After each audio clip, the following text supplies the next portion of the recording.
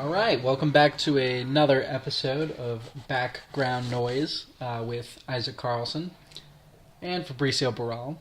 Wow, look at that. You did the intro. I did the intro. Wow. I'm trying to take more initiative in our show. Wow. So we're trying something different. The sexual dynamic is changing.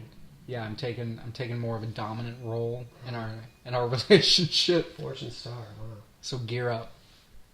Put on the knee pads. Buckle up, it's going to be a bumpy ride. Anyway. We're trying something a little different this time. So bear with us. We've decided for the first time Golden on Harvest. Background Noise to watch a film for the first time That neither of us have seen. neither of us have seen, and still find some unrelated things to discuss in context of it. Rather conveniently, we found a Jackie Chan movie. We did, yeah. It literally came to us That neither of us have seen. via Amazon Prime. We're doing this episode together from Fabricio's dark basement. My dungeon, as Your Tommy dungeon. calls. So it's not a lonely dungeon So- anymore, since there's two of us. So I'm part of the dungeon. Now there's two of Now. us. Oh, well, let me hear this music. So we're watching today. Do you think that can pick it up? The microphone will be able to pick this up? Yeah, probably. So, in case you're wondering, oh, there he is! Jackie Chan We're has watching just erupted into the frame. All right, so it's dubbed. We figured that out. So we're watching Yeah, this is Heart of the Dragon. Heart of a Dragon, starring Jackie Chan and Sammo Hung. Oh, he's in it as well. He's the director. He's the director. Very convenient. Yes. So the plot of this movie, as I understand it, Okay. I know very loosely. It's Familiar with basically the Jackie plot. Chan is involved in some stuff. As Wearing a you yellow can see, jacket, shooting at people. Yeah. and his brother is a retard. Oh, okay. Like, no, I'm serious. Yeah, Sammo sure. Hung plays his retarded brother. Oh, he's in it. So he is also in it. Yeah. All right. Okay. That's literally, as I And understand that's what it. we've got for The plot, plot so far. of the movie is Jackie is like some soldier dude, and his brother is like a retard. All right. Supposedly, this was when they made this, like in '86. This was Sammo's. He was him trying to make a more dramatic film instead I of was gonna say, instead of a comedic obviously one. rife for action comedy genre. Yeah, retard brother. Yes. Oh, shenanigans with the Classics. retard. So yeah, classic theme. so that's why in this movie, as I understand it, there are not as many fight scenes, and the ones that are there, Sammo Hung isn't really doing any of the fighting because he's retarded, it's- and he even said it like, I'm retarded. Retarded people can't fight. I'm not going to be able to fight. Yeah, so that would be stupid. Although I have seen was it Chinese or was it Filipino? Maybe it was Malaysian actually. I saw a Malaysian kung fu film where the star was like this chick who was all like autistic, Okay. but she was like savant with kung fu. Okay. No, it was Taekwondo specifically. That's what she was good at. But yeah, it was a pretty good movie. I think it was called Chocolate something. Interesting. Might have been called Chocolat, not to be confused with the Johnny Depp. I was going to say that's a radically different film. But I think it Chocolat. was something like that, Chocolate. Like All right. 2008 Malaysian film. This is why we needed the Google machine. Oh, Then we could look it up. do you want me to look it up? No. We'll leave it a mystery.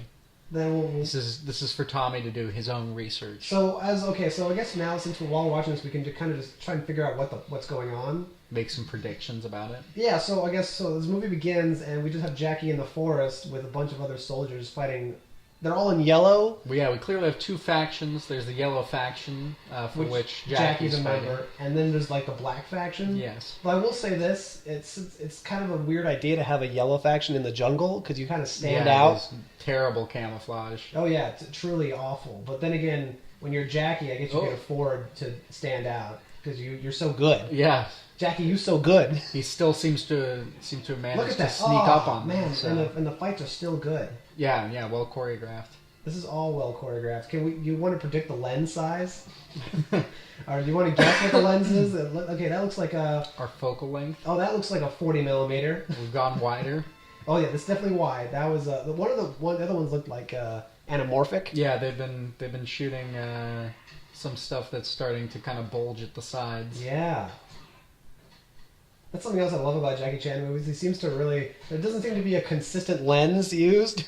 It just kind of shifts from scene to scene and from shot to shot. Uh-huh. It's kind of brilliant. Oh, look at this. It's quite a stand down. Oh. What? What? There's already been a plot twist. We're not 10 minutes into this. And one of the... And already there seems to have been a switching of side. Oh, nope. It must have been a training drill. Oh, that makes so much sense. Classic. The classic setup and takedown. We thought they were shooting each other in the force, but no, it was a training drill. All a training drill. Ah, that's cool. That is pretty cool. I like that. Jackie, you was so good. Makes me think of the opening scene for the not so great film, third X-Men film. Oh yeah, That sets itself best defense is good offense. Sets itself up as a apocalyptic world just to pull the rug out from under you. It's very weird to watch this dub. I can actually, at this point, I've seen so many movies dubbed, I can recognize the dubber voices. I know these assholes. Give me some names, if you can remember any off the top of your head. I don't remember their names. I just recognize, oh, that guy did the voice in that movie He too. did this one too. We'll put together a top 10 list of the top 10 Jackie was sexy. dub voices. Look at that. Look at that nose, that jawline. He's pouty. Oh yeah, I'll let him bust my cheeks. He deserves his own boy band. He should have gotten one, right? Mm-hmm. Have you heard Jackie sing? I have not, but I've heard you speak very highly of Jackie. I have all of his albums. Do you want to give some context to Jackie Chan's musical career? There is no context. Literally, at some point in the 80s, he started recording songs and releasing them on albums because he was like a huge star and he could sing, and I thought, he's a huge star and he can sing. Let's put some albums with him out. In what genre do they fall? I mean, it's like soft ballad kind of pop, so I guess imagine, what's a good example of that? Because the kind of music he was doing in the 80s was already out of style in America. So it was like, I guess the closest comparison I can give to something like that, imagine someone like maybe like a Tom Jones. Okay. Or like a, not a Neil Diamond, but kind of like that, where you have the music and it's like the singer is adding their voice to it, but like these are songs that people know, like, or they're supposed to be ballads, or like Barbra Streisand. Jackie Chan is like Barbra Streisand. Right. We found a good comparison. That's what Jackie Chan's music is like. It's like an Asian version of Barbra Streisand and Jackie Chan. Now that's a duet she hasn't done. That's true. There's still time. And you know what? I bet he could outsing her. I think he, at this point at least, because she's almost in her 70s. All right, Jackie, challenges out there. Las Vegas is always hiring. Yeah, that's right. Okay. So yeah, Jackie Chan Classic should. comedy. So is there anything going on in your life right now that I should know about? Oh, let's see that you should know about. My wife is at home sick this evening, so that's something that's become a part of my life, I guess, for the night. I am on a job hunt, much in the same way that you, I understand, 8 days into your new career are also preemptively on the job hunt for something new. Do you want me to give you some stories to help explain? Oh, there he is, Sammo Hung. There's the brother. Sammo Hung. You've seen him before in a movie. Yes, I have. Do you remember him in? Yes, in Around the World in 80 Days. He was one of the 8. A fantastic Jackie Chan movie. It's like a greatest hits. Carried by Jackie Chan. Oh yeah, he does carry that movie. But a good movie as a result. The great thing about the great thing about Jackie Chan is that even when he's in other people's movies, the part that he's good at, they let him do, and they try not to fuck with it, or at least it's most of the time. In some movies, like The Spy Next Door, I don't know if you ever saw that one. I never saw that. It's pretty bad because they fuck with it. It's like Orson Welles. Okay. Because Orson Welles was a great actor who, whenever he would do other people's movies, they would try to get him to act a certain way, and he would be like, "No, why are you trying?" Because they wanted Orson Welles like a character almost, like the character. But he's like, "What are you talking about? I don't want to ham it up." And so oftentimes he would write his own dialogues. Like in certain scenes, he's like, "Please let me write this. Let me write my own scenes." And even sometimes they let him direct his own scenes. Oh, really? Interesting. Yeah. So it's like It's the same with Jackie, where he's like the Orson Welles of Kung Fu, where he would be in other people's movies and they would just let him do that Do stuff. what he does well. Because you can't choreograph a fight scene better than Jackie Chan. So just let him do it. And a movie like Around the World in 80 Days is good because they just let him choreograph those fight scenes. And he does a marvelous job. And he does, especially because, again, it's the greatest hits collection. It literally is. All those scenes you've seen in other better Jackie Chan movies, but they're all put together in this one movie. And it's like, oh, wow, that's cool. And then Sammo shows up. If only Yun Biao showed up at that movie, too, then you'd literally have the three dragons. Quite a reunion. Oh, that'd be so cool. I wish... That's something I want to try and orchestrate before I die. Before any of them dies. To get them all on screen together one last time. Because I think the world wants a reunion with these. Those three guys are legends in Hong Kong action movies. And they're all good friends, you know? So they might as well do one more movie together. You're saying stories? God, Sammo Hung is such a good retard. And I'm not sure that... when I say retard, I do mean it in the medical sense. I'm not saying it as a derogatory term. Right. But I understand that even though I live today, I was actually born in the 1930s. So I was going to say, in the outdated medical terminology of the... He is mentally retarded, yes. I love developmentally challenged. There's that one. There was that one PC term. There was that one term. There was that one scene in the movie House of D. I don't know if you ever saw that. Never saw that. A movie directed by and written by David Duchovny. Okay. From X-Files, mm-hmm. And it's a movie about this boy played by Anton Yelchin. Rest in peace. All right.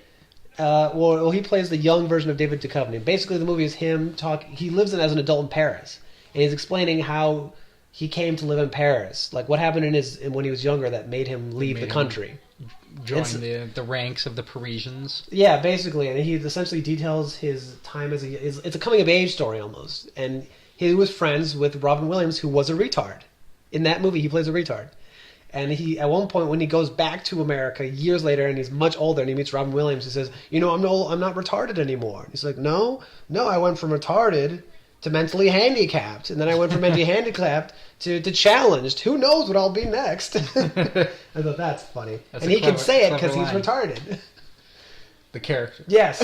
Not Robin Williams. He was depressed. Good point of not clarification. Retarded. Yeah, there's two different things. Two different mental problems. But, I was talking about stories. Anecdotes. Well, it's just that, okay, so today there was a problem. Oh, we had a problem at work. We had a problem today. We have multiple problems at work, actually. Today was a trial by fire. But the first one was I woke up this morning and I realized, I should be getting paid on a weekly basis. That's because I'm working through a temp agency, right? And so they're technically the ones who give me the money. Right. And so I looked at my bank account and I saw, there's no money here. Have not yet been paid. It's a week and a half into working there and I haven't been paid yet. I thought, okay. So I went onto this little portal, this little website where I put in my hours. Uh-huh. I put my hours in digitally through this website, which is connected to the temp agency. Okay, and that's how you clock on off for the temp agency. Yeah, and so basically, but here's the thing: even though it's through the temp agency, it needs to be approved by someone who works at the company that I work at. So it's kind of convoluted, I think. But red tape. Yeah. Oh, now they're beating up the retard. And while his intellect does not hold up, he's still just a monstrously large man. So it's proving difficult, even though he's not really fighting back very much. Look at that. I wonder when Jackie's going to get involved. His little brother's in trouble. Get him. Anyway, oh boy. He's escaped into the freezer, I presume. Man. This is actually kind of depressing. Yeah. I'm not going to lie. It is more dramatic than we anticipated. Oh, he's cold in the freezer. Oh, there's Jackie. He's got to go and help his little brother. Anyway, this movie is actually kind of engaging. I'm not going to lie. It is, yeah. I guess that's the problem with watching something for the first time. I think that's also the problem with watching a Jackie Chan movie for the first time, is that he's really good. Very, very... Jackie and Sammo, especially. Those two are really good filmmakers. Very magnetic personas. Two, oh, wow. He's extremely cold. Oh, my God. He's going to die there. Anyway, okay, so let me try and focus. While we're watching this really amazing film. So I basically I went to work today and I talked to a woman who runs the payment section. Payroll, sure. Payroll. That's what you call it. Yeah. And I told her, hey, I haven't been paid. I work through a temp agency. Blah blah. And she says, oh, that's funny. You're not even showing up in my system. Oh no. I thought, oh, that's great. And you know, it was even funny because this morning when I realized, oh, I'm gonna have to go to work and deal with this problem, I thought, you know, if this doesn't go well today, this will be it. This is the sign. I will call it quits today if I can't get my money. I haven't checked my bank account since this morning, so I'll find out tomorrow. If I didn't get paid, we're gonna have a problem here. There's a very good chance I won't last more than a couple weeks there's here. There's a whole new setup then. Yeah. And You'll get through your training. Tommy was the first person to know that I got a job. I'll be sure to text him. Hey Tommy, I just quit. I'm the first person. I'm gone. Yeah, just to keep him updated. And then he can mark the exact date and time. Yeah. In between the two. Oh my lord! Look at Sammo. So yeah, but basically, long story short, I had to call the temp agency, and then I had to go through them, and then I had to go back to my. Basically, I'll find out if I got paid or not. We'll see. Let's hope you did. And then later, the day itself was not as bad as yesterday because yesterday, A, I didn't bring food, which was a mistake, and B, I didn't bring anything to do in between the call. Because basically, if you don't know what I do, I work. Essentially, I work a phone. All right. Basically, it's like I'm that guy at the end of those phone calls when you call AT&T and it's like, hey, well, thank you for calling AT&T, right? But here, specifically, I'm taking calls specifically from truck drivers because the job of our company and my department specifically is that we essentially tell truck drivers where they're supposed to go like we tell them, okay, you're supposed to pick up this product here and then you're supposed to drop it off here. Mm-hmm. And this is all the information you need. And basically, that's our job, is to tell them we're the middlemen, which is, to me is like I've always thought that middlemen. They call into you, or they you call us out to them. No, we have to. They have to call us. I see. In theory, we're not supposed to ever call them, but I've done it a couple times now just to try and help them out. Okay. Because this is another reason why I can't. I'm good, but I'm also not good in the sense that I'm good in that I try to help out the driver at the other end. I'm not good in that. Sometimes doing that means breaking some rules. It means violating corporate policies.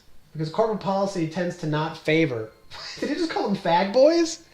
Hopefully. Did you see that? No, he did. He called them fag boys. No, I think you're right. They are holding hands. And that dude's Get the fuck out of here. Well said. Because his brother... Okay, so context. In the movie, Jackie Chan's holding his little brother's hand, and his little brother's retarded, but everyone's looking at him like these two guys are holding hands.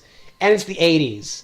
So AIDS is a problem, and be engaged in an extramarital relationship or a homosexual one. Certainly frowned upon at the time. And he just told me, hey, you don't need me to hold your hand, because someone literally just called them fag boys. Yeah. So this movie's dealing with some social commentary and yet, too.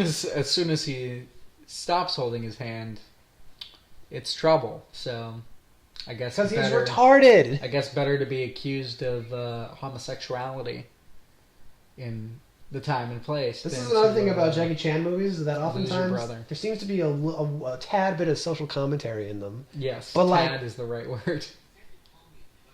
It's really amazing, too, how they just, no one gives this man the credit he deserves.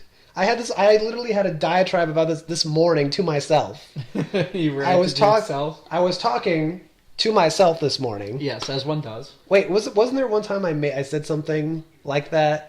Or like I said nonchalantly, we were in the car. We were driving to your place in Wisconsin. I was having this conversation with myself this morning, and then all of you started laughing for some reason. Because it's comical. The way I said it, or the fact that I said it? The fact that that's like a casual part of your day. Yeah, that I talk to myself. Because I'm never able to have a better conversation with anyone than I can with myself. Is it out loud, or is it? It's out loud and into my head. Sometimes I'll go back and forth. See, my problem is I'll be having a conversation. Well, not a conversation. I'll just be thinking a train of thought in my head, and I'll say one part of it out loud, but it's always while I'm on the train, and it's just the last thing that popped into my head. Mm-hmm. So it's oh yeah, I guess that is a different kind of weasel. And then and you'll say and then I'm the weird guy on the train that everyone's looking at because I'm speaking nonsense. Oh yeah, I don't usually do it in public. Out loud. I know better than to do that. Oh, he's got a teacher. Look at that. It's interesting because Spencer and I have discovered that we operate on pretty opposite ends of the spectrum, work-wise, in that she spends all day surrounded by people, and particularly children, so it's very active and it's a lot of involvement with other people and talking with them. Right, but you Whereas I don't talk to anyone. typically don't see anybody else at my office when I go into my office.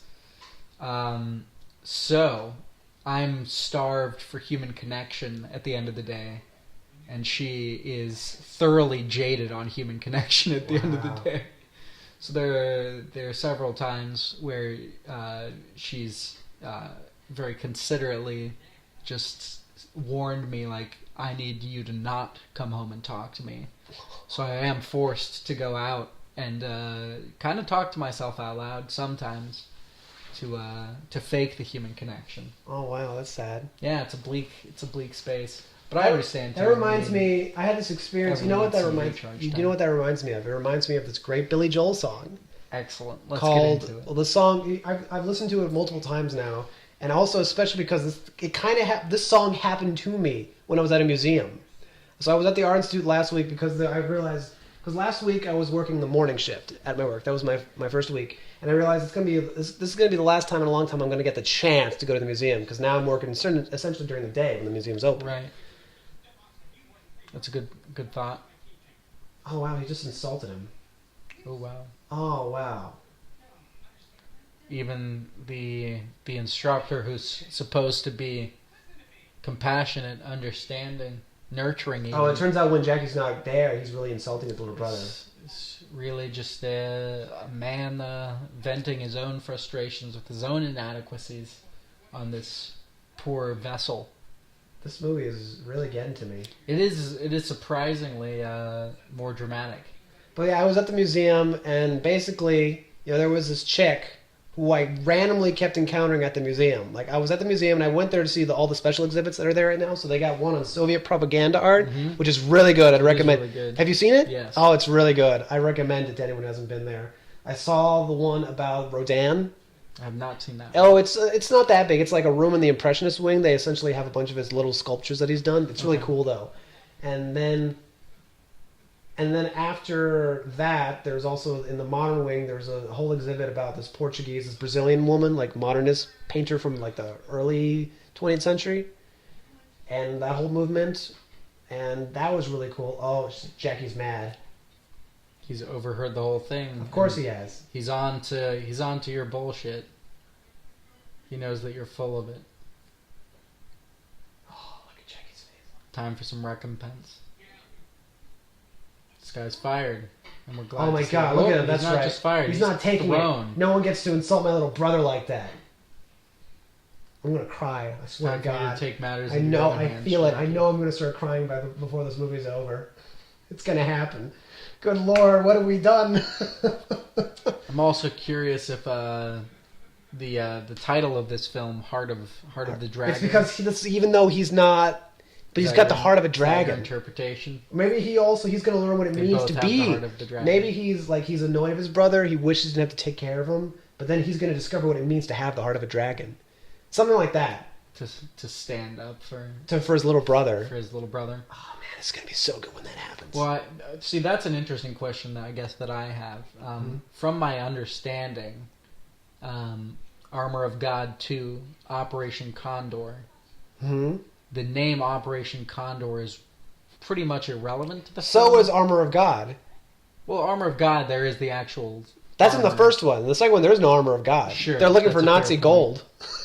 That's a good point. The title has nothing to do with anything. Operation Condor doesn't show up in there either? I think they might just say, this is Operation Condor. All right. They might say that at some point. There does seem to be a bit of a trend. But it could be called anything. It doesn't. It's like... With his films back at home, that the names seem pretty arbitrary. Well, he even said that about Project A, which is the movie that's, have you seen that one? I have not seen Or Project A 2? No. Oh, I can't wait till you watch those. Those are so good. But yeah, Project A and Project A 2 are more like period kung fu, period action comics, because they take place in like turn of the century Hong Kong. But in those movies, he said the reason I called it Project A was because when I would make a movie, people would hear about what the movie was called, and then they would try and copy my movie before my movie was released. And so I realized I'm going to have the most generic, like, a blank title that I can, so that people can't know what it's about. So he called it Project A. Clever. And then in the movie, they just say, "Oh yeah, this is Project A. That's what we're calling this thing. The mission is called Project A." Randomly. Time for you to engage in Project A. And I think since then, that's why he gives his movies the titles that he gives them, because they have nothing to do with the movie themselves. Interesting. Very little, yeah. But the movies themselves are great. So in a way, he was ahead of his time with the bigger pictures now that come up with production names, so they can pretend that they're not the film that they actually are. Yeah. I guess so. For instance... socks don't smell bad. What do I smell socks? Maybe it's your socks. It's might be my socks. Don't worry about it. We got Febreze. Excellent. Glade. Like Star Wars Episode 8 going by Space Bear. Oh, that's almost out, isn't it? It's out in 10... almost 7 days. 7 days? Yeah. 9 days. After midnight. 9 days. Yeah, okay. 8 days. Which, that's another frustration that I have. What? So there's actually, can I just say, yes. It's amazing that this movie's almost out, and I really have, not only do I have no hype, I've pretty much avoided it successfully.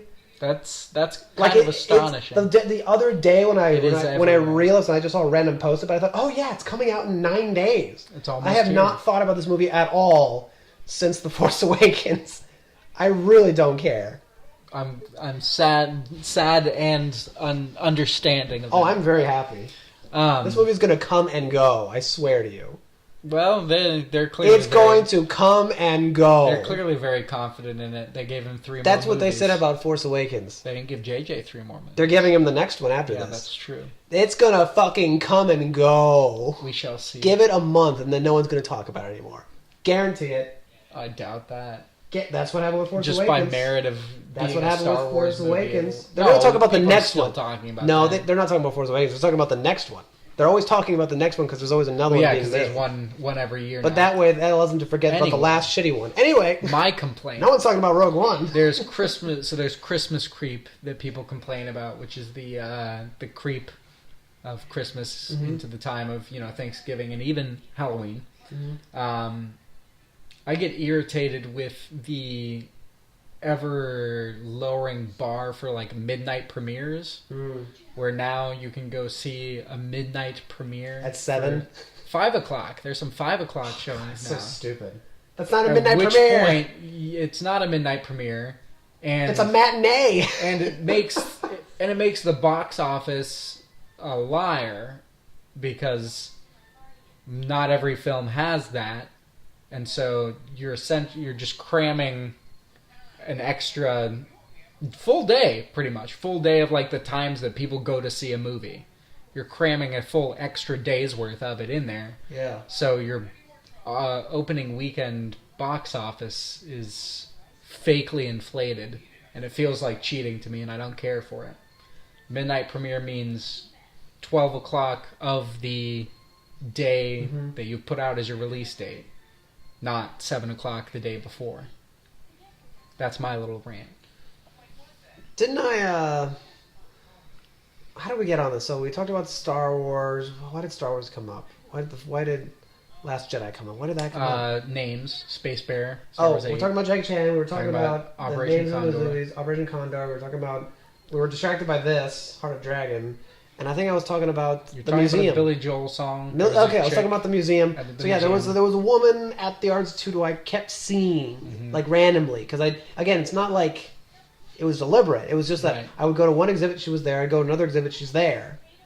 And so at a certain point, I thought, I feel like it's like, obviously it's a museum, so you're bound to see the same people in theory, but that never really happens to me. So I thought, I should say something.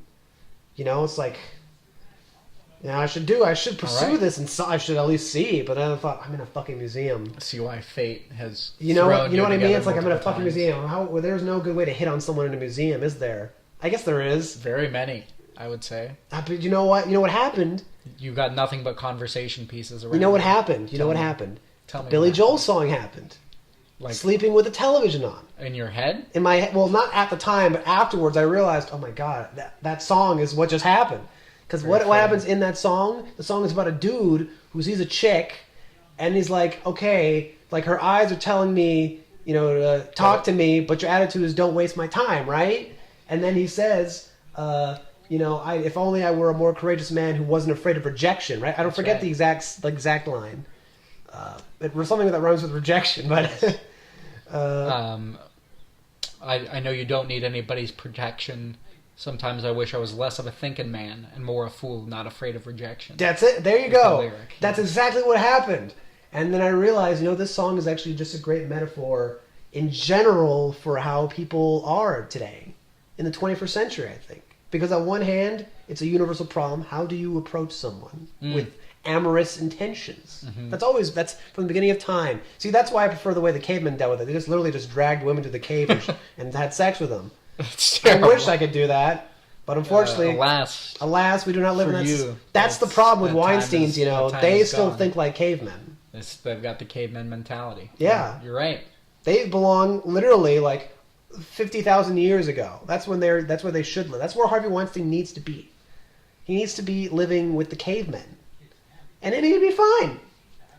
And Louis C.K., there's no place for him, really. But that's just weird. But anyway. It's a very peculiar thing, yes. But basically, that's what that song is. And also, in a way, it's even though it's thinking about something universal, it's also something very modern. In a way, the idea that people don't know how to approach people. People don't know what to do with each other anymore. And so what do? They sleep with the television on. Because it's much easier to deal with the sad loneliness of your existence through the white noise of the screen than it is to actually confront life head on and deal with the highs and lows of existence. It's really a profound song. It is. Yeah, I agree. That's really what sleeping with a television on is about. And rings very true to that little dark corner you keep in yourself. That you're like, well, I don't really want to share this, but yes. I do crave that sound of the television at night that makes me feel like there's companionship here that I can rely on because I can't wrangle up any genuine affection for myself. Right. Yeah, Billy Joel's music is really depressing. Mm-hmm. Most of it is really depressing. You know what Billy Joel's... of it's really depressing. You know what's amazing about Billy Joel? This is what I've realized.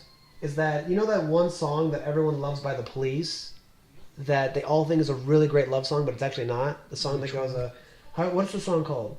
It's a song called, the ones, every breath you take, every vow you break, I'll be watching you. That song, everyone hears it and they think, oh, that's such a beautiful love song. Everyone plays it at their weddings. Yes. But it's actually like, when you listen to it, you think, this is the darkest, the most depressing. This is a man stalking his prey. Twisted, because it's about a man who has an unhealthy obsession with a woman who clearly has no interest in him. But no one knows that when they just hear the song. That's literally, that's how I would describe half of Billy Joel's music, is dark, twisted songs with really catchy tunes. It's true. You're tricked. You're tricked by the upbeat into thinking this is a piano lovely riff. Song. Really, the only song of his that you can argue is a really upbeat song is New York State of Mind. I'm going to try and figure out what's depressing about that song. For the longest time, isn't that... Well, in a way, I suppose. Well, it's about a man who's in a relationship, but it's been so long since he's been in a relationship that he doesn't realize how good it could be. That's true. Yeah, that's a really good album. He's forgotten to love. He's forgotten how to love. He's trying to remember now. So yeah, all of his songs are pretty depressing because he's a depressed person. He clearly is a depressed person. Yeah, that's true. Billy Joel's great. I was listening to Stormfront the other day. I've been listening to that album for a little while now, and I'm trying to get into that. I think we should start. Should we start ranking Billy Joel albums? We can. Do you have a top 5? I'm not sure I could remember 5 album names. Well, how about top 5 songs? You could probably give top 5 songs. Top 5 songs, yes. Scenes from an Italian Restaurant. That's your favorite? Yeah, that's my favorite one. Let's ignore that. Tomorrow is Today is in my that's in my top mine 5. too. That song makes me cry. Good Night Saigon is in the top 5 for me.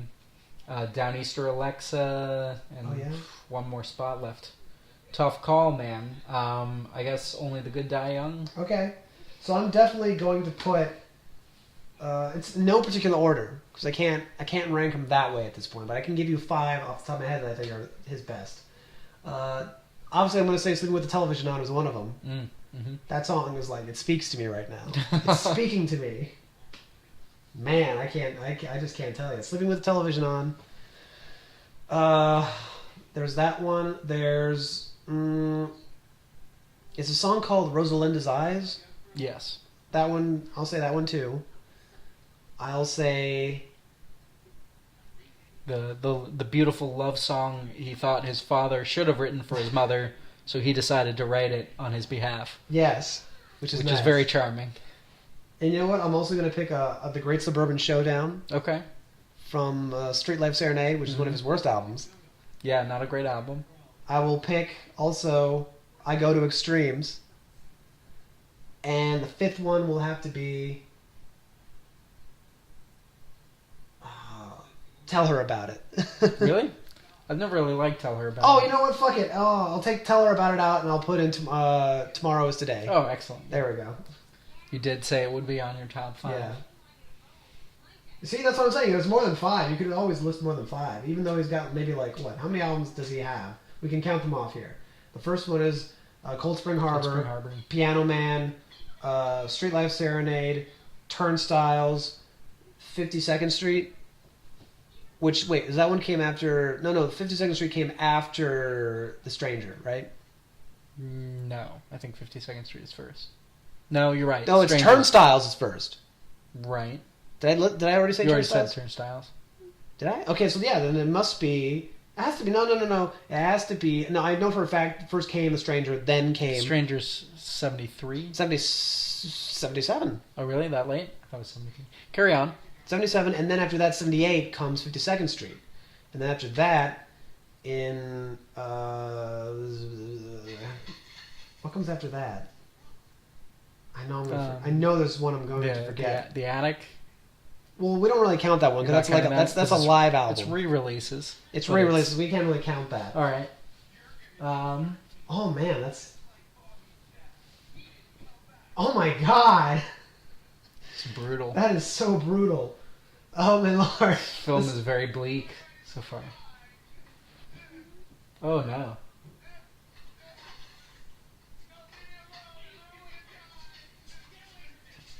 Oh my God, this movie's intense. It's reaching an emotional breaking point between the two brothers. Oh man, he's slapping his brother. He's become exactly what he hates about everyone around him. See, the one problem with the dubbing is that you look at Jack and he's like so intense right now. Look at his face. Yeah, and the dub is very straightforward. It does not emote. It's not giving him the voice he deserves. These are not very good emoters. I'm gonna rewatch this movie in Cantonese. In the dubbed versions. Oh my Lord! Yeah, this is not your typical cup of tea for the action comedy we've come to expect from Mr. Chan.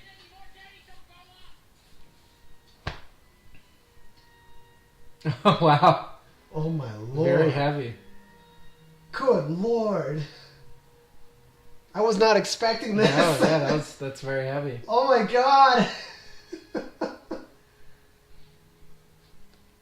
This whole scene. Cut! Please cut the scene.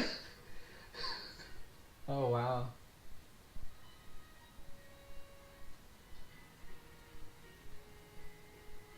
Yeah, that feels very much like a like indie drama pull-out scene. That was brutal. Oh my God. A very dark scene in Heart of a Dragon. I think that's the theme of the song playing right now.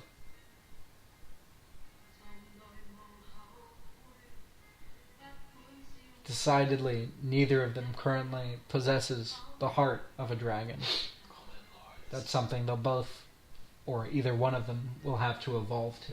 What came after 52nd Street? Fuck. You know what? I'm just going to say it was Glass Houses. Sure. I feel like there's something in between there. Maybe. But so Glass Houses, then came Nylon Curtain, then An Innocent Man, then came Stormfront, and then came The Bridge. No, The Bridge and then Stormfront. And then came River of Dreams, which is the last one. Which is so that's his like last 13. major record. That's 13, yeah. Let's listen to this music right now. It's very emotional. It's a montage sequence. Right? Jackie Chan's brother wanders the streets of Retarded brother. Hong Kong, presumably. Yeah. Hong Kong, aimlessly eating some food. Jackie Chan hasn't actually made a movie in Hong Kong for like 20 years. That's surprising. Oh, it is and it isn't, because I guess at some point he just got tired. He says something happened to him. Clearly there was like a lifetime of building the little things that built up, and there was like a catalyst. Something happened because the last time he talked about it is like he's talked about how, and it's probably also part of the reason why he's so pro-China, like pro-Chinese government. Whenever you hear him talk about it, you think, Jesus, this is the one thing about that Jackie I don't really want to hear, you know, because he's like so pro-Chinese government. And you think, why? Well, because they're so nice to him. Because at some point he left Hong Kong. Because, as he explains it, you know, they just everyone, you know, keeps trying to take money from me and take advantage of me, and I was sick of it. And I come here to Beijing, and everyone's so nice to me. Beloved. And yeah, so at some point, I guess he went to Beijing, and they just started throwing money at him, saying, "Yeah, you want to make some movie here, Jackie? Go ahead. Do whatever you want. It's the Chinese government. What are we gonna do?" You know, it's like, we would love to have you as a spokesman. Just say really nice things about us. And he does. So, but yeah, so he hasn't really made a movie. And I hate to say it shows, but it does. Because I'm just gonna lie. Even though everything in Hong Kong is so like lackadaisical in the sense that people know what they're doing, but there are no real unions, and you know, obviously they have less money than they do in Hollywood. But it's like at the same time, it's like you got a whole industry of craftsmen there, and it shows in these movies where the sets are so good, the costumes are so good. They literally, it's like Hollywood in the like 30s and 40s when you literally had backlots.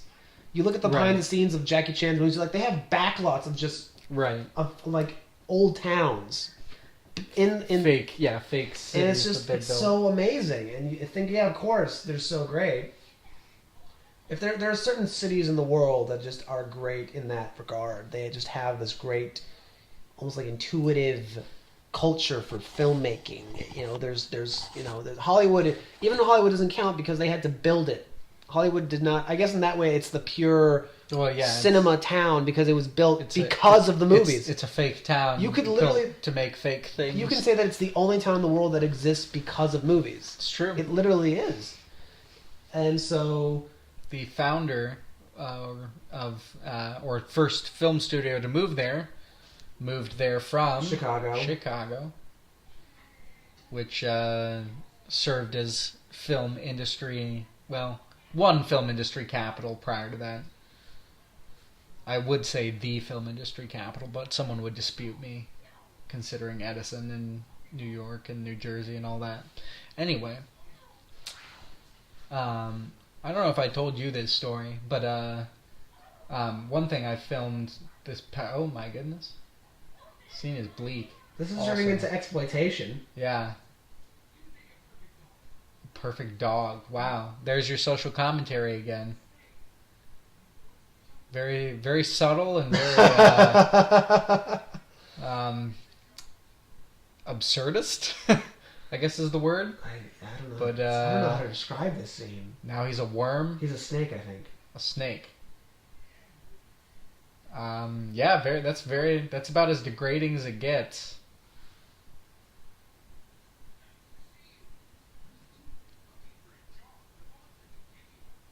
Looking for a job as a dog or a snake. But bleak.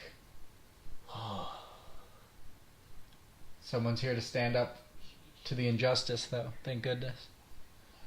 Someone's always ready to show up for it. Anyway, I filmed a memorial service for this gentleman who was spent many years as a set designer for the Hong Yeah, Kong he said opera. that he just threatened a woman. He said, "Shut her! He's gonna threaten a woman. I'm gonna beat the shit out of you if you don't shut up." I love it. Jackie Chan trademark. Anyway, keep going. Except it's not Jackie Chan. He's in the movie. It's true. Keep going. So he was a set designer for the Hong Kong opera, and in his honor, which is very sweet, some people from Skokie, I believe, put together a little Chinese opera performance to honor him. And I understand completely that it's a cultural thing, and I'm sure there are many parts of American culture that are unbearable to others. Yeah. But that was torture. The high-pitched, the high-pitched screeching of both the shamisen, coupled with the vocals, gave me a headache very quickly. Look at that. Jackie's crying. He's hurt emotionally, not physically, of course, because he's unbreakable. Oh, they've made up. It's a moving moment. Who's this person in the pink shirt? He's just a friend. Just a friend who also recognizes he when the saw world him is in... unjust. Yes. And decides to rectify it. You know what I think? I think he's the one who... Oh, wow. He's also crying. He's crying because I think he's the one who has the little brother who... He and his little brother are orphans because their dad left them. I think that's his relationship to the story. So they all know each other. Product placement for 7-Up. A blatant 7-Up product placement. Well, they don't have Coca-Cola in Hong Kong, so... Did they really? You're lying about that. You have to be lying about that. What makes you think I'm lying about that? Coca-Cola has to be everywhere. No. They don't really drink Coca-Cola in Japan either. They drink Pepsi. The world needs more Coca-Cola.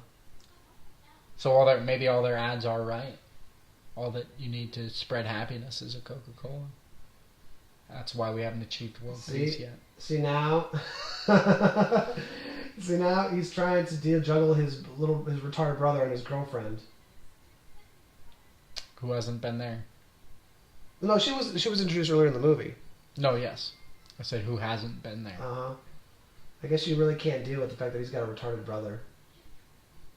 Yeah, she seems to be struggling. She's like, you gotta be with him. You gotta be with me. That's what this movie's really about. The trials of having a retarded brother. This is kind of, you know what it's like? You know what it's reminding of? What's Eating Gilbert Grape? Yeah. With Johnny Depp? Yeah, you're right. There's a lot of... Gilbert! There's a lot of correlation there. But this was made before that. Yeah. So clearly they stole it from this. It was ripped. They ripped off a Jackie Chan movie. No one deserves the accolades except Jackie Chan. Oh no.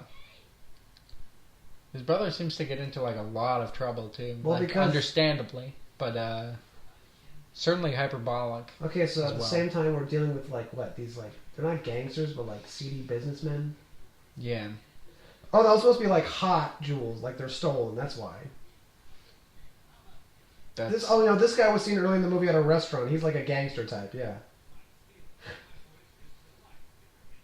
They risk their lives to get their hands on. So he was established early on in this movie as like a gangster type who's kind of a dick. Clearly, some shady. So you know what's gonna happen. Somehow Sammo's gonna get involved with them.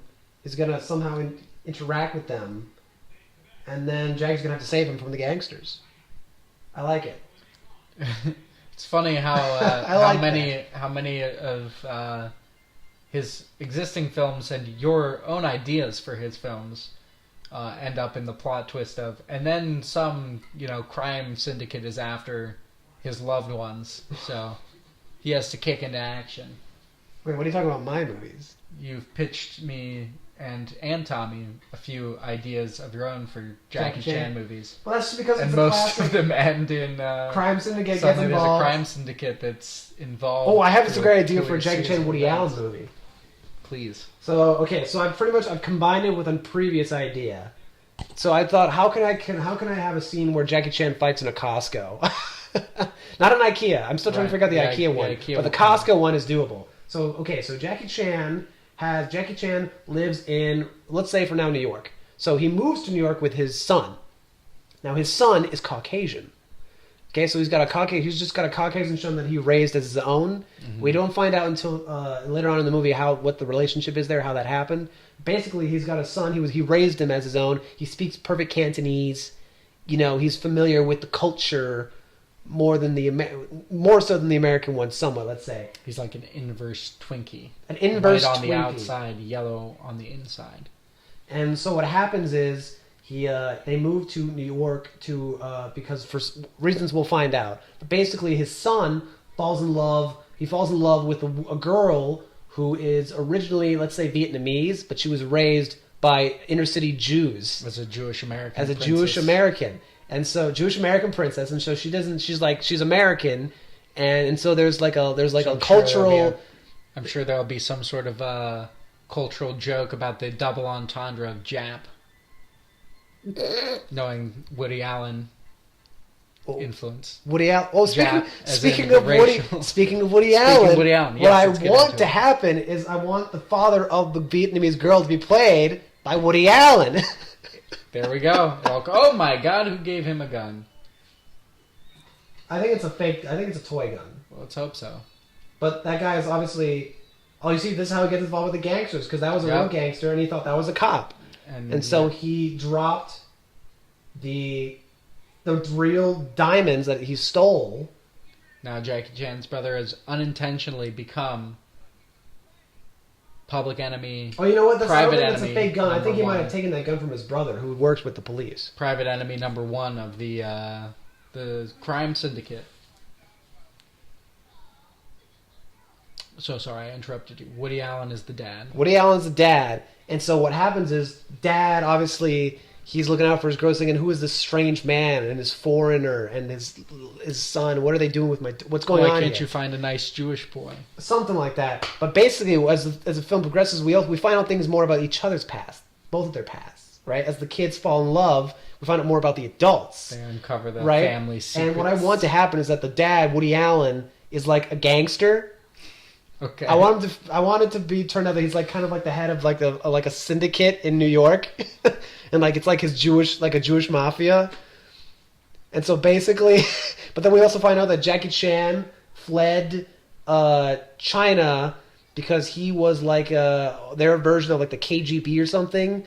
But then he fell in love with this British woman or this Westerner. And he adopted her son after she was killed by the police, by the state police. God. He adopts his son as his own, her son as his own, and they flee the country. He's like, I don't want to be a part of this system anymore. I got to raise this boy. I owe it to his mother to raise him in a more hospitable environment. Now these two men clash. They don't get along. Jackie and Woody Allen don't get along. Classic Romeo and Juliet. And so what happens? We get eventually we get a kind of tensions which rise to a breaking point, and a vendetta is declared, or like the Jewish version of that.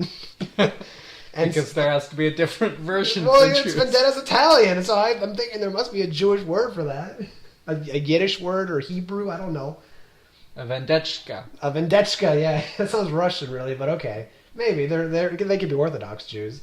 But basically, eventually, we get a scene where Woody Allen's gangsters are chasing the kid. They're trying to get to him, and then his father, Jackie, because even though he was a super secret soldier in Chinese government, like he's nothing in the Western world, right? He's got no prospects, no job, and he bounces from job to job because they keep firing him.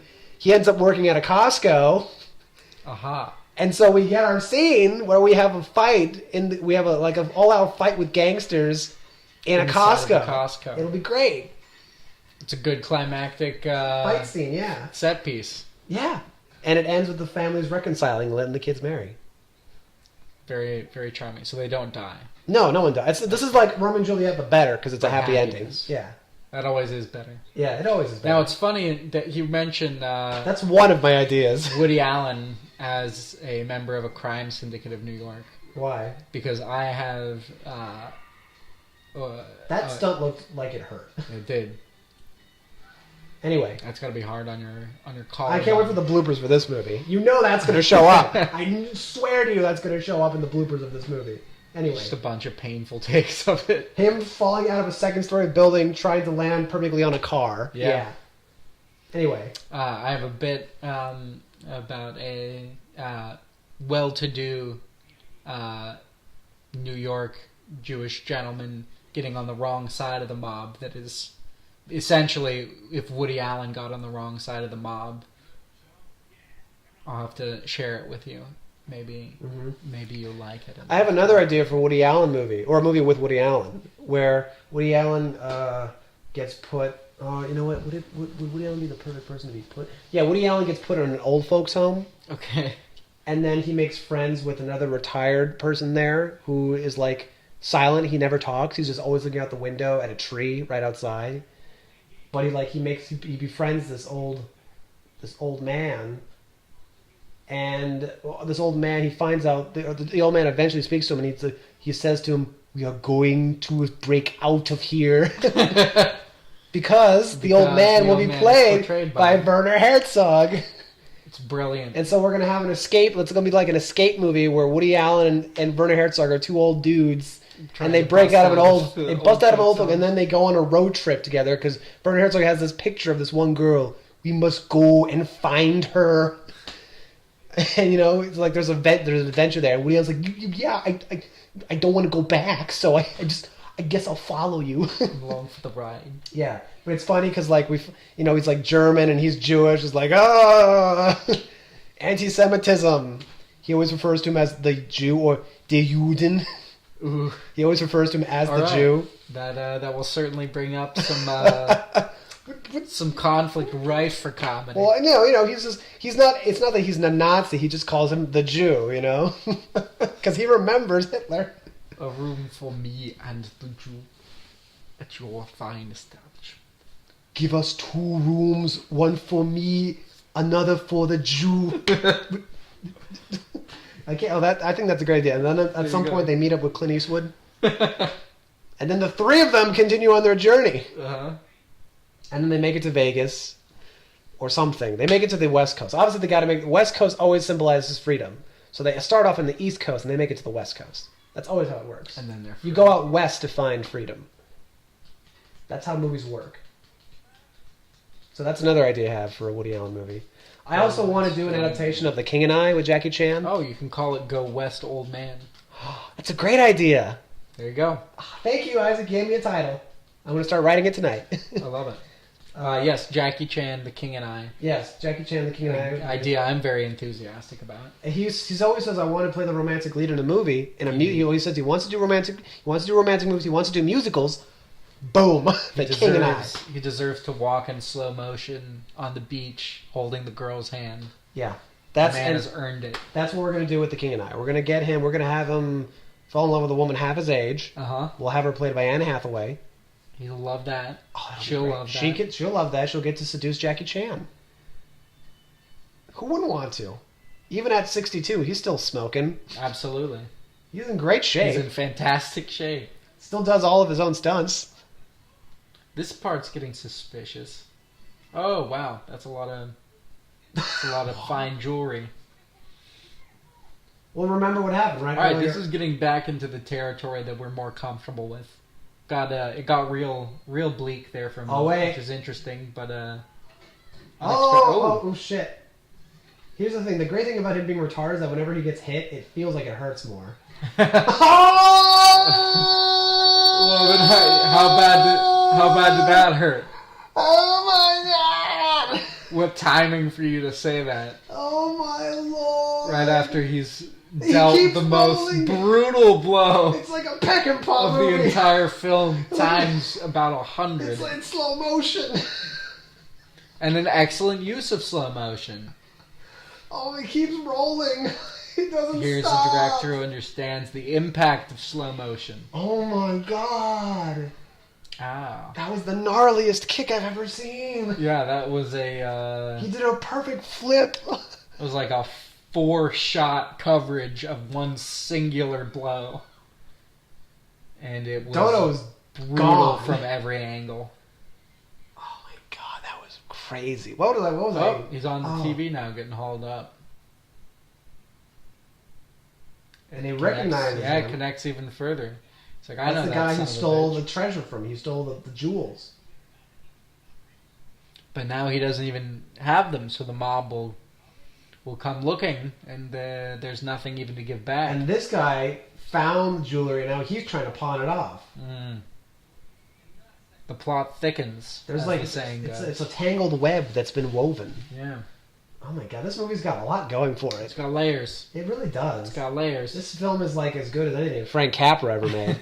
That's for sure. Yeah. Which is funny because, oh wait, was it a Capra movie or was it a Cuker film?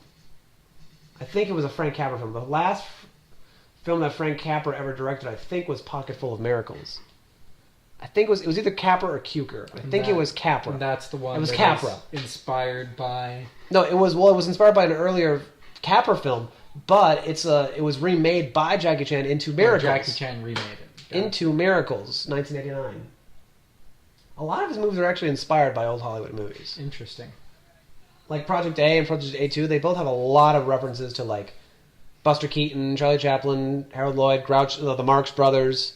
One of my favorite scenes his whole shtick is kind of one of my favorite scenes from Project A2 is literally vaudevillian. Well, it's literally taken. It's the same bit taken from a Marx Brothers movie, where it's like, and Tommy knows what scene I'm talking about. It's the best scene in the movie, where it's literally you have people inside of a house that are hiding from each other, and it's literally a bit from a Marx Brothers film, except with a bigger setting. Like it's a house, so it's bigger, but it's like it really is the same thing, but it's so good.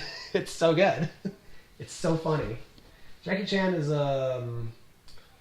probably the greatest filmmaker ever since. High claim there, my friend. I said it earlier today. No one. It's a large claim. Jackie Chan's run from 1980 to 1998 is kind of unmatched. I really did try thinking about it. There is no better filmmaker in the 80s. He's like actually the best director in the 80s. No one can touch his 80s work. I'm saying without a doubt, no one can touch him. What's another great director from the 80s? You know I don't know. I don't know enough to contest you. What's another great film from the 80s? And we'll see if that's there's a director, there's a pattern there. Can't contest you there. Okay. Well, I can think of a few directors from the 80s, sure, like John Carpenter. Yourself. John Carpenter. He did The Thing, Escape from New York, Big Trouble in Little China. They Live. Yeah, he can't fucking touch Jackie. He's no Jackie Chan. He's no Jackie. Steven Spielberg. You heard it, yeah. The 3 Indiana Jones movies, E.T. Mm-hmm.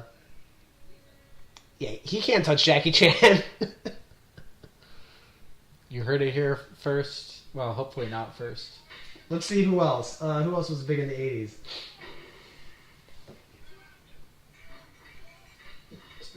No one. No one can touch his 80s work. Jackie Chan. Then I think about the 90s, and I think, again, Steven, I guess he's a Jurassic Park and Schindler's List, but I don't know. That's the same, that kind of same year double whammy. It really puts you ahead but of the then, But then I think Jackie Chan did Super Cop, Police Story 3, as well as Rumble in the Bronx, and also the first Rush Hour movie came out in 98. And then I think also Who Am I? One of his best action comedies, as well as Mr. Nice Guy.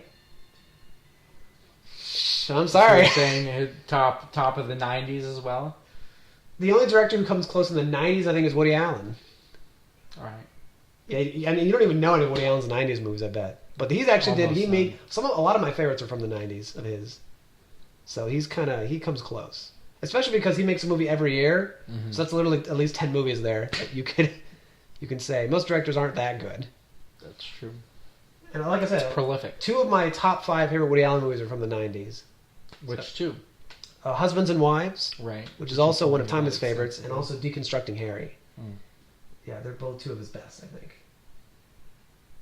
But he did a lot of great films from that decade, so. Shadow and Fog was from the 90s. Bullets Over Broadway, I think. Do we know what year the film we're currently watching is from? Something like 86. 86? I think something like 86, 85, yeah.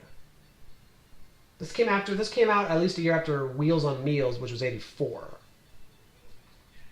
Which was the other Sammo Hung Jackie Chan movie. Also with Yun Biao. So that's all three. Yeah. The last movie All all three of them together, I think, was a year after this. It might have been 87, which was Dragons Forever. Because they were called the Three Dragons. That was Right. literally their nickname in real life. People called them Three Dragons. So, it makes sense. Dragons Forever. We should watch that, too. We could listen to me, I could literally do a programmer for a month on just Jackie Chan Just movies. Jackie Chan. On just Hong Kong action movies from this era.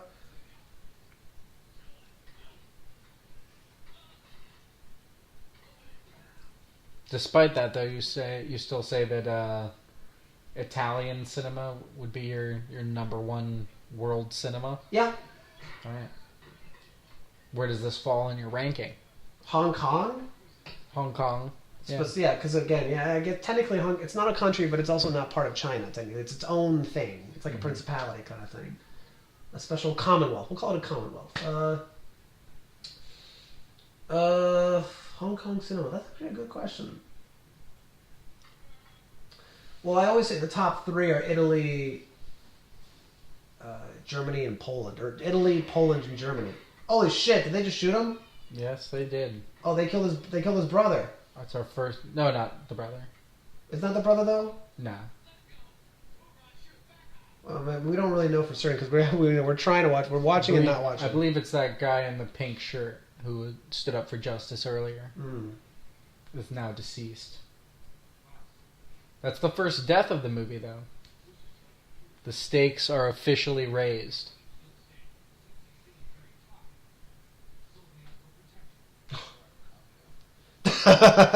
Don't worry, I'll kill him. That line delivery.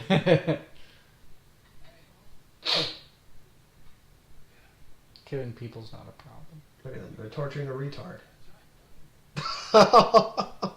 Now they're also calling him fat too. Yeah. So far, the derogatory insults he's racked up. We've got retard, gay, and now fat. Guy really can't catch a break here. And he's got a bowl cut. That's not doing him any favors. Yeah, that's true. That doesn't help. He needs the Jackie Chan cut. He parts his hair at the right place. We should reflect also one of the earlier scenes. We got a. Were we talking about something before this? Nude shot. Oh yeah, of Sammo's ass. I imagine that's pretty rare. Well, yeah, here it was meant for more like because of tonally it made sense, but yeah, there's very little nudity in Jackie Chan movies. There is a little bit of it. Did you see Armor of God 2 with us? Operation Condor? I've only seen the first one. Oh my god. Wait, you saw the first one with? Oh right, you saw it with you me. and I watched it together. Yeah. God, we really gotta watch more Jackie Chan movies. First of all, we have to go through Jackie Chan movies, then we have to go through Sammo Hung movies, and then we have to go through Yun Biao's films. There's two he did with. Utterly exhausting. There's two he did with Cynthia Rothrock, who was like this really underrated American martial artist who was big in Hong Kong at one point. She did like a handful of movies where she's like the lead or the second lead, and she did two with Yun Biao. One of them is called Yes, Madam, I think is the name of it, and the other one's called Righting Wrongs. In both of them, she plays like a cop, but she has like really good fight scenes with like. Just you have to watch them. It's like, oh my god, this is a really good fight scene. All right. Also, I'm started putting stuff on your Facebook wall again. I noticed. I got an email. From whom? Facebook just emails me sometimes random things. Did it show you like a clip or like a post? It told me nothing. It just says Fabricio posted. Yeah, it's like that. That's their little lure. They're like, Fabricio posted. Click here to find out what he said. Why don't you? It's too much effort. It's fuck you. I gotta click on fuck it. You. I gotta sign in. Fuck you. Just to find out what you posted. You're just trying Do you to want to tell me? Do you want to tell me what it was? I'm not trying. I gotta remember. You know what? You know what? It was Jackie Chan stuff. Good. The first thing I put on there was probably police. You know what I know. I remember now. The first thing I put on there this week. So it's nothing really that bad. It's just Jackie Chan stuff. Not like the stuff I used to put on there. Give that time. That's something I'll have to dig back into. Oh my god! I'm an old man and have nothing to do with my days. Oh my god! Well, let's see what Fabricio was saying back then. No wonder my mother hated me. Yeah, exactly. This explains why my life fell apart. Yeah. I see now he's got to save his brother. Right? Yeah, his brother is being held captive by the gangsters.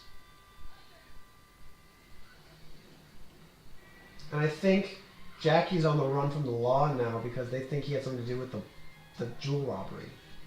So he's trying to lead the police force to his brother? I think that's what he's doing. Very crafty. We would know for certain. He's obviously very Here's the thing. intentional about Another weird thing about Jackie Chan movies is that the plots are very minimal, yet at the same time, if you don't pay attention, you will miss something. It's kind of weird. It's a bit of a dichotomy. It is. Because sometimes really, like, just things happen in like a second. They just explain things in like 10 seconds and they just move on. I don't mean to be a continuity snob, but I do notice that he set something on top of the roof of the car. And then it fell off. Oh, it fell off? Yeah. Oh, I thought they just were like, oh, and now it's gone. Yeah, no, it's not important. I guess it's something non-essential. Yeah. Although he did go to great efforts to carry it out of there. I think it was just because he was trying to look busy. Like he knew where he was going. You know, if you're the one in a car and you're being chased by a bunch of motorcycles, going up onto the pedway seems like it would actually be disadvantageous to you. Well, now he's going down, so. Still seems like it would be disadvantageous. And man, I love that. That's the great thing that because of Bullet, you know that movie? No. The movie with Steve McQueen? Oh, sure. The movie where the great chase scene in San Francisco. Ever since that movie, everyone's been trying to do that thing with the cars, and I love it every time. I really do love when they do that in movies. Thank God for Bullet. The intensity of this music is pretty spot on as well. Those cycles were perfectly synchronized. I loved it. He's running out of places to... Wow, Look at them again, go. yeah, these are choreographed police officers. Oh yeah, they know what they're doing. They were the Black Squad, remember? Yeah. And he's in a yellow car, and he was in the Yellow Squad. You're right. He's got symbolism. Color symbolism. Oh my God. It has an identifiable palette. Actually, I was reading the Orson Welles book. I just finished it. Yes. And at one point he was talking about, symbols in his movies, and Orson Welles says, I try to avoid symbols in my movies. Oh, interesting. I hate symbolism of any kind. Things in my movies are just there so much as they need to be there on the actual level of the story. At one point in the movie Touch of Evil, Peter Bogdanovich says, so why, there's that one scene where he's in the shop and it's owned by the blind woman. Why is she blind? And it's like, Orson was like, I couldn't tell you. Why not? She just was. She just was. It seemed like the thing to do. Interesting. And that's how he explains a lot of his stuff. It's just that, you can't explain any of this stuff. You just do it because it seems like the thing to do. But it's not like you're thinking... I'm trying to say this and this. It's interesting because I feel like Rosebud is like one of the prime examples for metaphor. But actually, that's the thing that Orson Welles disliked the most about Citizen Kane, because that was something he didn't come up with. Oh, he didn't come up with Rosebud. It was it's the other person who wrote the script with him. He came up with the whole device about Rosebud, and I still don't like it to this day. So yeah. Yeah, the film's a masterpiece, but it would be more of a masterpiece if it didn't have Rosebud. Stupid fucking Rosebud shit. It's not his favorite movie, obviously. It's no surprise to anyone. Orson Welles does not think Citizen Kane is his best movie, but he does admit that it's the only movie where I had full creative control, and they actually gave me money to make a movie. That's never happened to me since then, and it didn't. It never happened to us after that. The money is gone.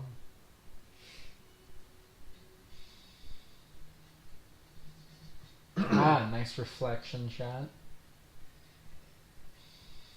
I feel like this movie just breezed on by, didn't it? Yeah. Yeah, we definitely got into the heist portion pretty quickly.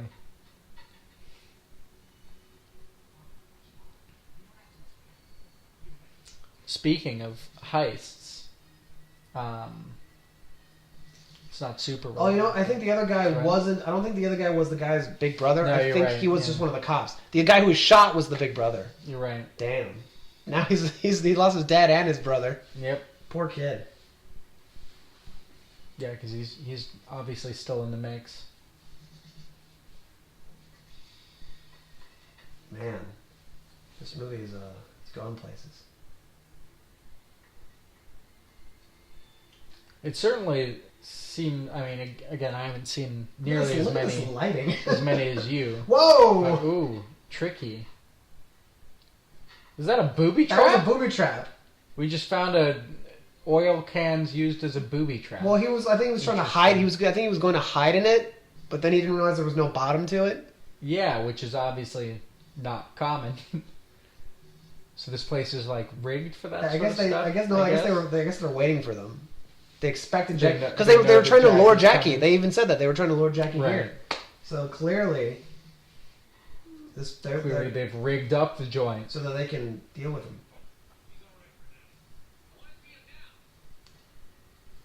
Uh-oh. Oh, second death. Oh, yeah, there we go. Damn. Human body shield death.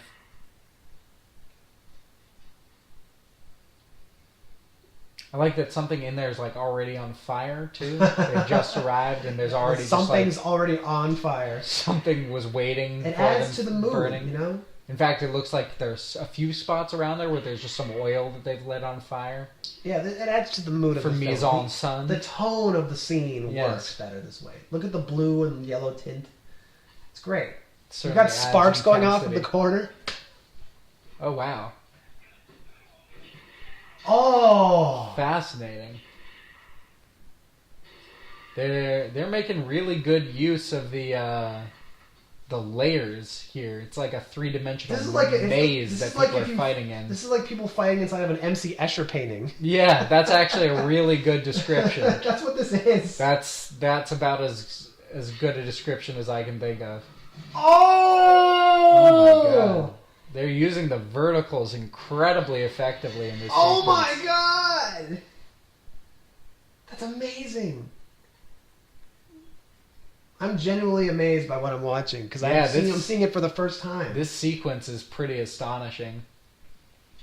The lighting and the shots and just the And once they start shedding blood, they escalate it very my quickly God. here. Everything is so It perfectly goes placed. exponentially.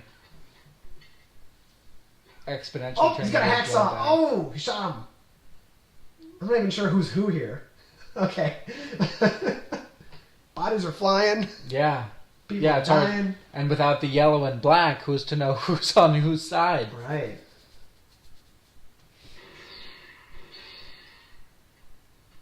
This is like... Oh my god, this is great. We've stopped talking now because I know, yeah, we're just really we're enthralled in the scene. Again, disadvantage of watching a really... Is there anything else we should well-orchestrated talk about film. before this movie ends? Probably. Probably true. Because one thing not to expect from most of these movies is a very long denouement. No, yeah, certainly. Once the action wraps up, there's really not much left to do. No. Once this sequence is over, the movie's pretty much done, I bet. I love the sound effects that they use for Hong Kong action movies. They all use the same sound effects. All the guns sound the same, and all the punches and kicks sound the same, but it's great. Yeah, I mean, I do the same where I'm in that world. Look at this. Yeah, they're making a surprising amount of, like, considering they all packed weapons. You know, it's not like they showed up unarmed. They're all got a making shovel. surprising use of the weapons. Very Indiana Jones moment. That was like the biggest laugh in the movie, I think. Literally, a guy... That was so retarded. The guy literally Jackie was at the bottom of the steps, and the guy was at the top, and the guy at the top had a With shovel. a snow shovel. Like, he honestly thought he was going to fight Jackie, who had a gun. And Jackie just looks at him and says... And he just shoots him. Just shoots him, yeah. Oh, but now the table is turned. He's out of bullets. No bullets. And he doesn't have a machete. No, he doesn't need one, though. Ooh, See, that was he got a hat. As long as he's got a hard hat. Yeah, they really are making interesting use of the props around them. Oh, yeah, look at that. Oh, God, Jackie, you so good. Oh, yeah, so the thing I put on your Facebook page, the first thing was Jackie Chan, a music video from Jackie Chan. Okay. From the theme song to Police Story. Okay. Did you see Police Story? Yes, I've seen the first. So you know the theme song goes dun, dun, dun, dun. Yeah, and he sings that song. So literally, it was a music video where he dances and That sings. sounds fun. Oh, it's great. I won't watch it. Fuck you. But boy, does So it now sound I know fun. Jackie Chan can dance too from watching that video. There you go. Add it to his list. To his repertoire. So well, it makes sense. Samuel If he's a great, Hung. oh, that's so Hung. good. Sammo Hung. Sammo Hung. Interestingly, seems to be doing more. He's doing a lot more like whip around shots than Jackie. Oh yeah. Does in his Well, those are films. the stylistic coups, aren't they? Mm-hmm. Sammo Hung's films tend to be more dramatic than Jackie's. He seems to like to do the little like detail of like the hit too, like whatever object is being swung at you, it's like it hits the lens. Yeah, I guess you're right. Look at you, Isaac, making notes about Sammo Hung films. I'm curious about, and he's over cranking like a motherfucker. Oh God. The speed is really picking up. Oh. There's the second biggest laugh. Lesson learned: when you catch someone, don't take the time to chuckle victoriously because Jackie will take that opportunity to beat the shit out of you. Because he keeps forgetting there's no bullets in the gun. Oh my god.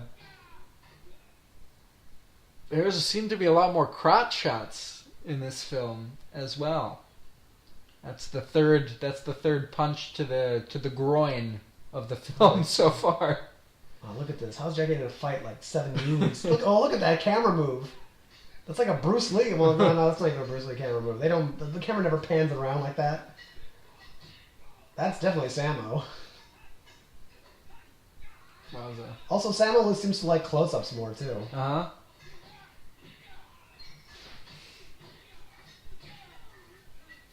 Yeah, Jackie's camera angles tend to be more wide. Because comedy lives in the wide shot.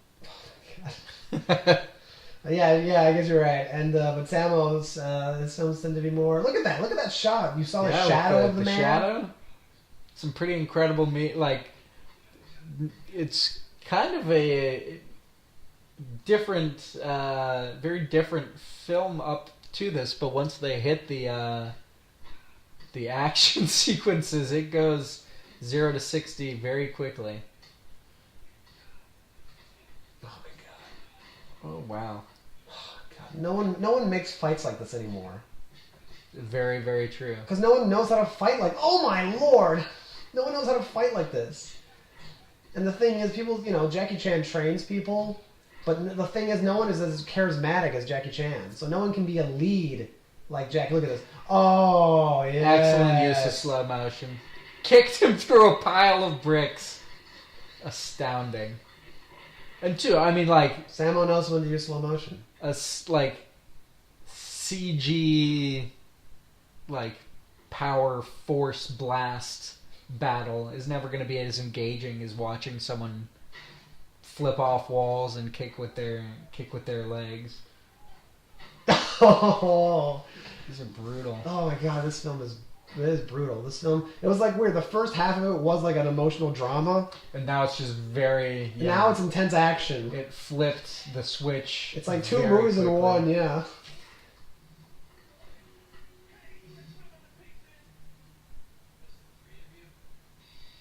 Oh god. Oh my god. Oh my lord, what are they gonna do? Everything's escalated.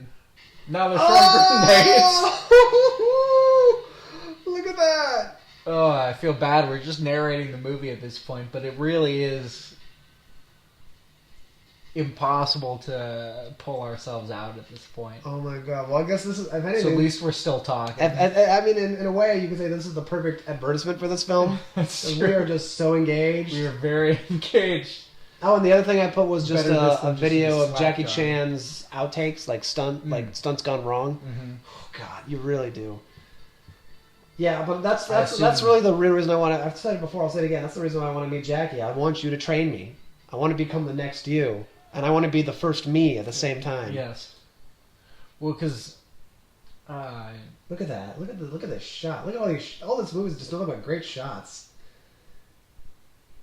Because Jackie had an issue initially in his career, right, where he was being, advertised as the new Bruce Lee. Mm-hmm. And, it wouldn't even say starring Jackie Chan. It'd be, starring the new Bruce Lee.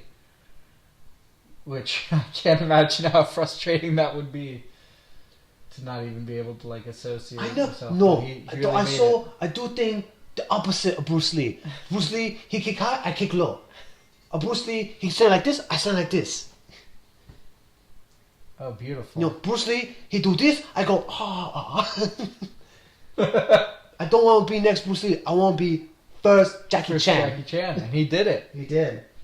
There's another beautiful callback moment there where Jackie handcuffs himself to his brother, and they're holding hands. Look at that. Now he accepts. He never wants to let go of him again. That's right.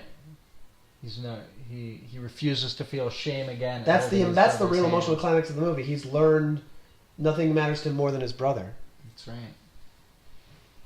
Societal. I will say this though. This jail does not look like a jail to me. Yeah, it's very, very weak set in comparison to everything else we've seen in the movie. It's just very bare bones. It's very minimal. And it doesn't seem like that bad of a time. Looks relatively comfortable. All right, so we're ending. He's disgraced. He's in prison. Well, don't worry. I'm sure he'll get out. His career may be over, but his brother's hey, happy. what the hell? Family is the most important thing. Oh my lord! If that's how the movie It's an excessive use of slow motion in this movie too, but it's effective. Jackie's in jail. Yeah, it's like. Is the movie gonna end with Jackie Chan in jail?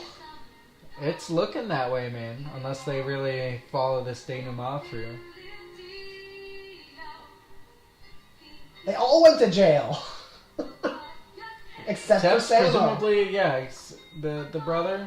Who was just living with the other kids on the street.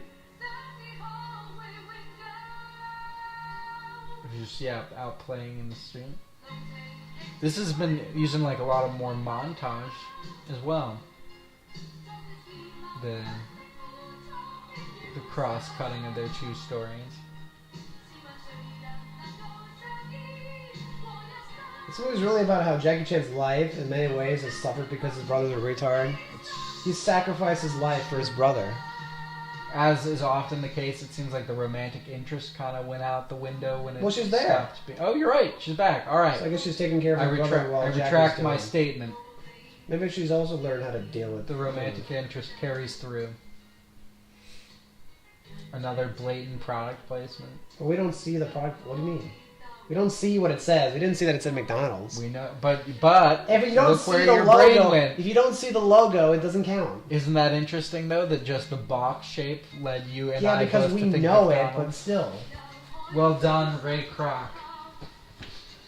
You have succeeded, sir. Is that the same restaurant he was at before? Yeah, but now the guy's not being an asshole to him. Now the guy's learned his lesson. He's turned around his ways. It sounds like she's saying Sammo Hung in the song. You're right. It does sound like that. It's a very extended sequence to basically just illustrate that. Well, maybe it's going to end with Jackie getting out. He's in prison and he's having... Well, we got to play the whole song. We got to play the whole song. Sammo Hung is coming into his own in a certain way. So is that Voltron, or is like a Chinese knockoff of that? In an ironic way, Sammo Hung needed his brother to go away to really engage with others in a more meaningful way. I guess? Through the legacy of his imprisoned brother. Look at that. Okay, see, that says Coke, so now we know they have cola there. I knew you were full of shit. I wasn't, though. Wow. Looks like we're getting like a Dear John moment. Jackie's getting dumped, I think. No, he's not. She's just telling him what's going on while he's gone. Don't worry. You're reading too much. You see, now she's willingly kicking the ball with him, whereas before she was trying to get him to... Oh, you see? Oh, look at this. Look at the shot. There's been a lot of narrative symmetry. Look at the shadow here. The lattice of light. Very bleak. This is like something out of a German expressionist film. Who lit this movie? Oh my god.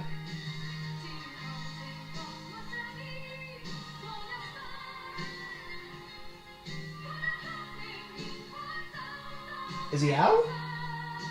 Is he out of prison? I think that's the brother still, right? Yeah, but okay. Oh, you're right. Yep. He got out, or is this like a flashback? It's hard to tell. It could be either. There's no way to call it yet. If If it ends like this, it could be either, really. When you think about we're it. reaching the end of the song, so It's gonna fade out. I think we're losing the film. Freeze. And it's in the language I can't read, so I don't know what that says. What? And that's the movie. Sponsored by Guy LaRoche Watches. Hey man, wherever you can get money, I'm not gonna frown on that. I guess. American President lines. Premier restaurants. Fascinating. I guess they let them use their products or film in their restaurants. I don't know. All right, well, I guess that's Heart of Dragon. That's Heart of a Dragon. Title is still definitely open to interpretation. Yeah, they never actually say anything about dragons or hearts of dragon. dragons. It's not brought up at any point. It's not. It's a relatively irrelevant title, but you can certainly insert. Certain it's a generic ideas. enough title Sure. that you can insert it into multiple character evolutions. I liked it. How do you feel about this movie, Isaac? Well, what do you have since this is the first time you've seen this film? Yeah, the first part felt kind of